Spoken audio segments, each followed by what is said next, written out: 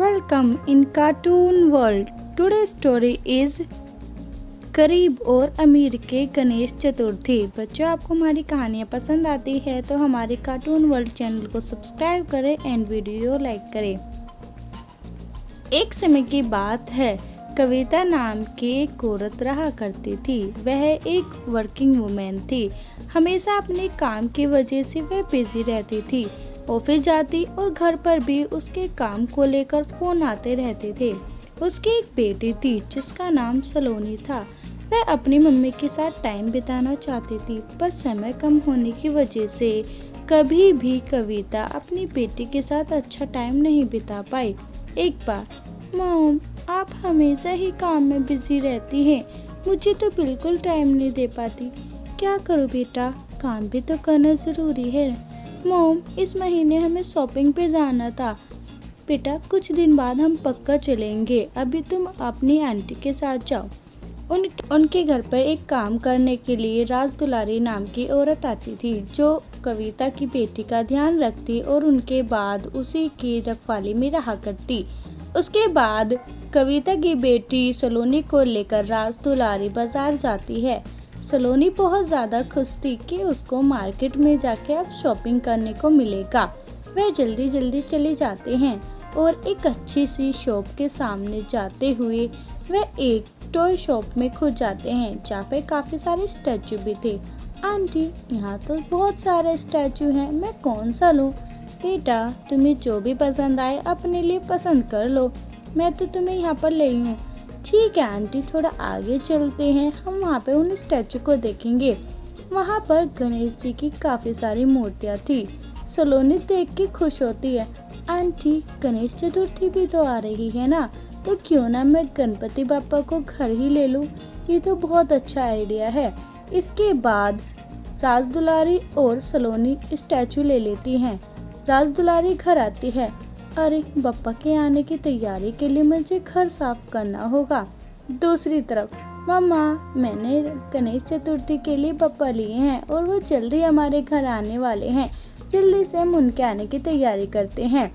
राज दुलारी अपने गणपति बापा की स्थापना कर देती है और आस पड़ोस की लेडीजें भी गणपति बापा की स्थापना कराती हैं।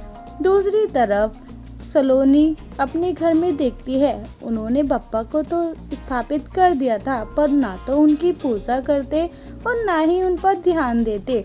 हमेशा राज दुलारी के मम्मी पापा काम को लेकर बिजी होते, कभी कभी वो हाथ जोड़ लिया करते, पर वो भी दिखावटी।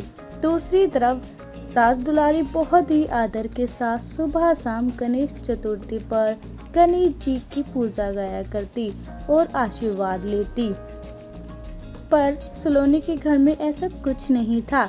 उसके दोस्त भी आते तो वहाँ पर बस बातें करते और गणपति बापा को नमन करके उन्हीं के सामने ताश या फिर जुआ खेला करते। और कविता भी अपने फ़ोन पर ही बिजी रहा करती, जिसकी वजह से उन्होंने गणपति जी का बिल्कुल भी स्वागत नहीं किया। इससे सलोनी उदास थी। कुछ समय बीतता चला गया और विसर्जन वाला दिन आ गया। विसर्जन वाले दिन सलोनी के घर में बहुत सारे गेस्ट आए, जो कि सिर्फ एंजॉय करने के लिए आए थे। सलोनी के मम्मी पापा ने बड़ा डीजे लगाया और अपने दोस्तों के साथ एंजॉय किया। सबने डांस किया और मस्ती की, पर किसी ने भी गणपति पापा का आदर नहीं किया। और दूसरी तरफ राज दुलारी ने गणपति पापा के लिए गणपति आरती गाई और सभी गाँव वालों ने गणपति पापा के विसर्जन की तैयारी बड़े धूमधाम से की और बहुत ज़्यादा आदर के साथ उनका विसर्जन करने के लिए गए। नदी में जाने के बाद राज दुलारी ने गणपति बाबा को नदी में प्रवाहित किया और सभी ने अगले वर्ष गणपति जी के आने के आगमन की प्रार्थना की और सबने कहा, हे गणपति बाबा, जिससे इस साल आए हो ऐसे ही हमारे घर जल्दी जल्दी आते रहना, हमें आपका इंतज़ार रहेगा। और दूसरी तरफ सलोनी के माँ बाप ने सिर्फ दिखावा किया। तो देखा बच्चों, आपने किस तरह से आजकल हमारे जितने भी धर्म हैं ज़्यादा दिखावटी होने लगे हैं। आप ऐसा ना करें।